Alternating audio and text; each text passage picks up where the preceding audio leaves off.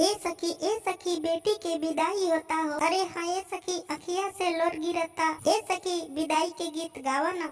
बेटी हो आजू भर रहबू हमारे अंगना। बेटी हो आजू भर रहबू हमारे अंगना। डोली में बैठ के भोरे होई जइबू सपना। डोली में बैठ के भोरे होई जइबू सपना। होई शादी मांग में भराई से नुरवा। दुल्हनी बन के जइबू पियावा के घरवा।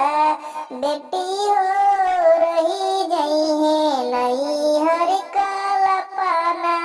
बेटी हो आजू भर रहबू हमरे अंगना।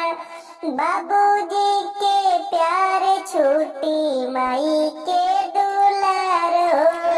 भैया के घरे छोड़ी के जइबू ससुरार हो। बेटी हो कई के रोजे रटी मुहा